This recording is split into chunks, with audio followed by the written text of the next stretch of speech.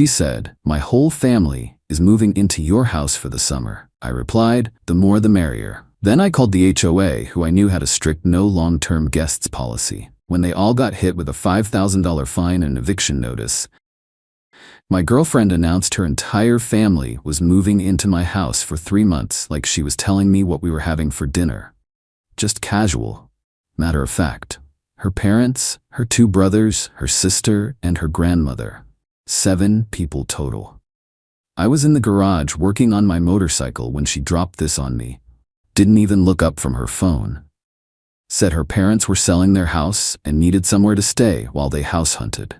That my place was perfect since I had the space. I asked when this decision got made. She said her mom called that morning and it was already settled. We'd been dating for 18 months. Megan moved in about 6 months ago. Things were fine mostly. She paid her share of utilities, cooked sometimes, didn't cause problems. But her family was a different story. I'd met them plenty of times. Her mom, Patricia, treated every visit like an inspection, always finding something wrong with my house or my choices. Her dad, Ron, just grunted and watched sports. Her brothers, Kyle and Brandon, were in their 20s but acted like teenagers. Her sister, Emma, was 19 and glued to her phone. The grandmother, Dorothy, was the only decent one, but she had opinions about everything. I asked Megan how long 3 months really meant. She got defensive. Said it would be exactly 3 months, that her parents already had a realtor, that I was being unwelcoming. I told her 7 extra people was a lot. She said families help each other, and I should be happy to help hers. Here's something important. My house is in an HOA community. Expensive one. The kind where they measure your grass and send violation notices if it's too long. I bought here because it was a good investment and the neighborhood was quiet. The HOA rules were in a thick binder I got at closing. I'd skimmed through them when I bought the place 2 years ago.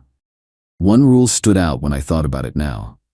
No guest staying longer than 14 consecutive days without written HOA board approval. They enforced it strictly too. A neighbor mentioned once that someone down the street got fined when family overstayed during the holidays. The HOA didn't play around. I looked at Megan and said, "The more the merrier." She seemed surprised I agreed so easily. Asked if I was sure. I said absolutely. Family is important. When are they arriving? She said this weekend. 3 days away. That night after Megan went to sleep, I pulled out my HOA binder. Found the guest policy section and read it carefully. Clear as could be. Guests staying longer than 14 consecutive days required written approval from the board, submitted at least 30 days in advance. Violations resulted in fines starting at $5,000. Continued violations could escalate and result in liens against the property. The policy made sense when I thought about it. HOAs wanted to prevent people from running illegal rentals or having permanent residents who weren't on leases. 14 days was generous for visitors. Anything longer, and you were basically living there. I didn't mention any of this to Megan. Friday afternoon, a moving truck pulled up. Full-size truck, like they were relocating permanently. Patricia came in first, already commenting on how the living room layout could be better. Ron carried boxes without greeting me. Kyle and Brandon immediately claimed the guest room and started arguing about bed placement. Emma went straight to the living room and turned the TV to her shows. Dorothy asked politely where she should put her things. Megan directed everyone like a traffic controller, telling people where to put stuff. Acting like this was perfectly normal. I stayed quiet and helpful, carried boxes, moved furniture when asked, smiled when Patricia criticized my dish soap brand. By Saturday afternoon, they were settled in. The house felt different. Kyle and Brandon had gaming systems hooked up to my TV. Emma's makeup covered the bathroom counter. Patricia had reorganized my entire kitchen without asking. Ron had claimed the main couch for his sports watching. Dorothy was knitting on the back patio. Megan seemed happy everyone was comfortable. Saturday night, we had a big family dinner. Patricia cooked, making pointed comments about having to buy proper spices since mine were basic. Everyone gathered around my dining table, like they lived here permanently. They discussed house hunting plans.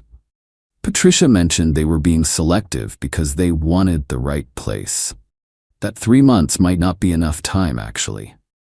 I asked what she meant by that. She said 3 months was just an initial estimate, that they wouldn't rush into buying the wrong house just to meet some arbitrary deadline. That we had plenty of space, so taking their time wasn't a problem. Ron agreed.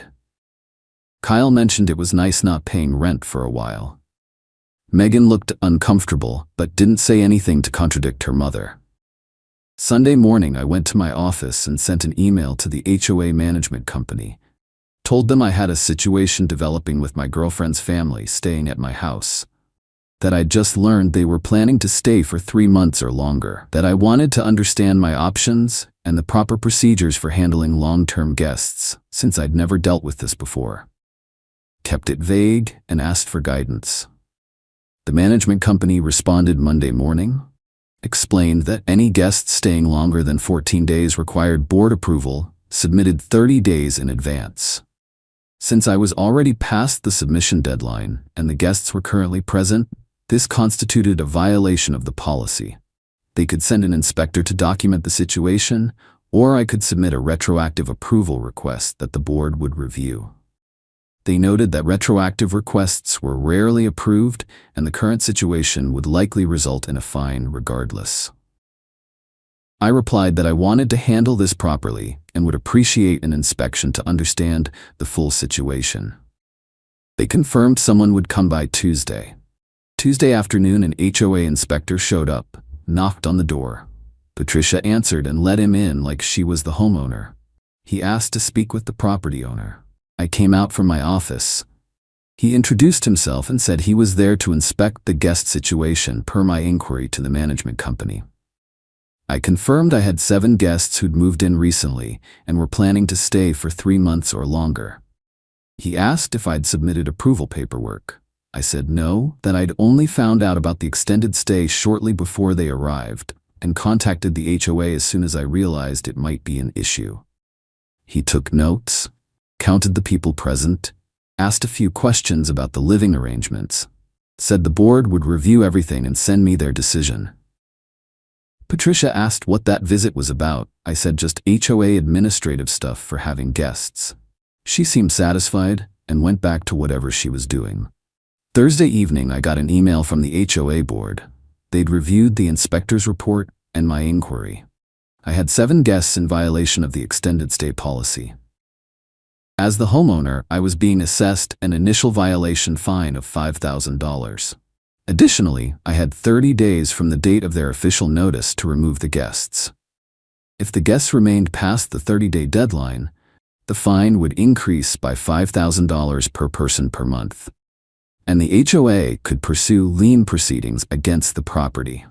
A formal notice would arrive by certified mail within 2 business days. The email included a PDF of the official letter. I didn't tell anyone yet. Friday, the certified letter came. I was home and signed for it. Opened it in my office. The letter outlined the violation, the fine structure, and the 30-day timeline. It stated that as the property owner, I was responsible for ensuring compliance with HOA policies. Failure to remove the guests within 30 days would result in escalated fines and potential legal action. I walked out to the living room where everyone was gathered, told them we had a problem, showed them the letter. Patricia grabbed it and read it out loud. Her voice got louder with each sentence. She said this was ridiculous, that I should have handled this before they moved in. I reminded her that I didn't know they were moving in until 3 days before they arrived. She said I should have anticipated they might need help and prepared accordingly. Ron backed her up, saying, I should have thought ahead. Megan looked panicked, asked why I didn't mention the HOA rules. I said I told her I was happy to have guests, that the rules were publicly available. She said I should have been explicit about restrictions. I said people usually ask before moving 7 family members into someone's house. Kyle and Brandon wandered in asking what the commotion was about. Patricia explained the fine and the 30-day deadline. Kyle said HOAs were ridiculous. Brandon said this wouldn't hold up if they challenged it. I told him HOA contracts were legally binding and they had legal teams. That challenging it would cost more than complying. Ron said they'd go to the board meeting and explain the situation, that any reasonable people would understand they just needed temporary housing during a home search. I said they could try, but the policy was pretty clear. Patricia said policy should have exceptions for reasonable circumstances. I asked if voluntarily selling a house and taking time to find a new one counted as an emergency. She didn't appreciate that question. Dorothy, who'd been quiet, asked how long they'd been in the house. I said 9 days. She asked about the 30-day deadline in the letter. I confirmed they had 30 days from the official notice date to vacate. She looked at Patricia and said they needed to start looking at short-term options immediately. Patricia said they weren't being forced out because of some overreaching HOA policy. The next morning, Megan tried talking to me in private. Said we needed to figure this out together as a couple. That her family was stressed about finding housing quickly. I told her they had options. Month-to-month rentals, extended stay hotels, short-term corporate housing. She said all of that cost money they hadn't budgeted for. I said I understood, but that wasn't something I could fix. She asked if I'd known about the HOA policy before agreeing to let them stay. I said I'd lived here for 2 years, so yes, I was aware of the HOA rules. She asked why I didn't mention the guest restrictions. I said she didn't ask if there were any restrictions before announcing they were moving in. She said I should have volunteered that information. I said she should have asked permission before making plans. We kept going in circles. She insisted I should have been more explicit. I maintained she should have asked first. Eventually she asked if I'd pay for temporary housing since the HOA situation was technically happening at my property. I said no, I couldn't afford that. She got frustrated and walked out. Patricia called the HOA management office that afternoon. I could hear her from the next room. She explained their situation in detail. The person on the other end apparently wasn't sympathetic, based on Patricia's increasingly frustrated tone. She kept saying things like, "That's unreasonable," and "There must be exceptions," and "This is a family matter." Finally, she hung up and announced the HOA was being completely inflexible. Ron said maybe they should talk to a lawyer about their options. I mentioned that HOA contracts were usually airtight and challenging them rarely worked. He said they'd still look into it. I shrugged and said that was his choice. That weekend was uncomfortable. Everyone moved around the house with obvious tension. Kyle and Brandon made regular comments about HOA overreach. Emma complained about the situation to anyone who'd listen. Patricia was suddenly on the phone with realtors all the time, very motivated to find temporary housing. Ron watched TV and didn't speak to anyone. Megan stopped sleeping in our bedroom. She moved to the guest room with an air mattress. I didn't object. Dorothy approached me Sunday afternoon when no one else was around. Said she understood what had happened.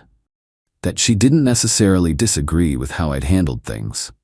That Patricia should have discussed this with me properly before assuming. That the situation had been managed poorly from the start by her daughter. She said she'd encourage Patricia to find a rental quickly. I told her I appreciated her being reasonable about it. Monday morning, Patricia announced they'd found a short-term rental. Month-to-month lease, available immediately. Cost more than they wanted to pay, but it was furnished and close to the area they were house hunting. They'd be moving out by the end of the week. Megan was going with them temporarily to help them get settled. I said that was good they found something so fast. Patricia gave me a look that could have burned through steel. Said I'd shown my true colors. That Megan deserved better than someone who'd set up her family like this. I didn't respond to that. Tuesday they started packing. The house was chaos again. Boxes everywhere, people hauling stuff to cars, lots of angry muttering. Kyle told me I was cold-blooded. Brandon said Megan should leave me. Emma didn't say anything, but her glares said plenty. Ron came up to me Tuesday evening, said he knew I'd planned this. That I'd known about the HOA rules and let them move in anyway so I could use it against them. I asked him if he'd have moved in if I'd told him explicitly about the rules. He said probably not. I said then it worked out for everyone. He shook his head and walked away.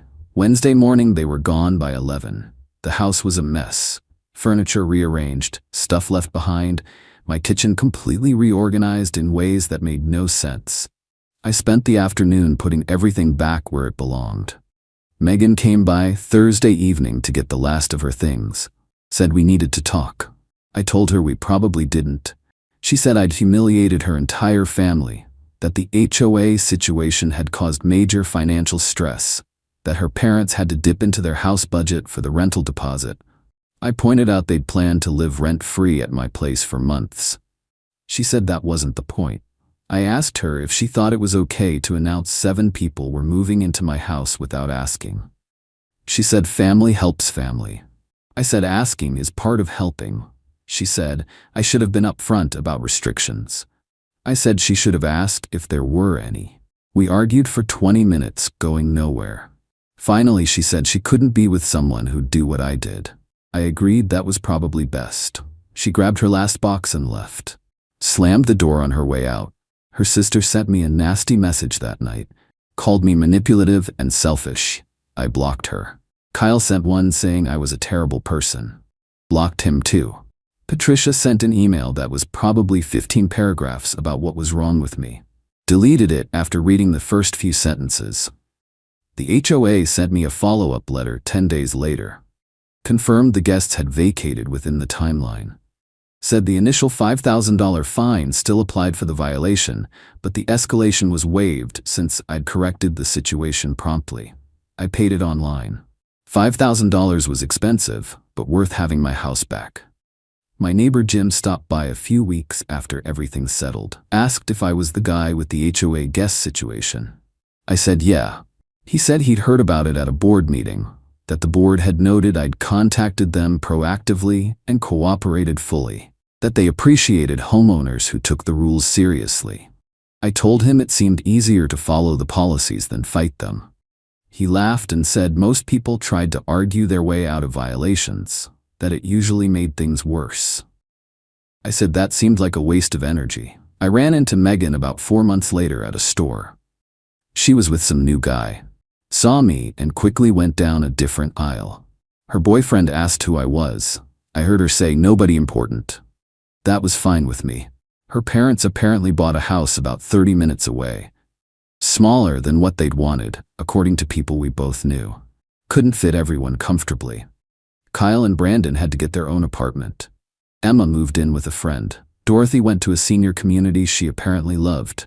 The family blamed me for all of it, for making them rush their house purchase, for the rental expense, for everyone getting split up, for ruining everything.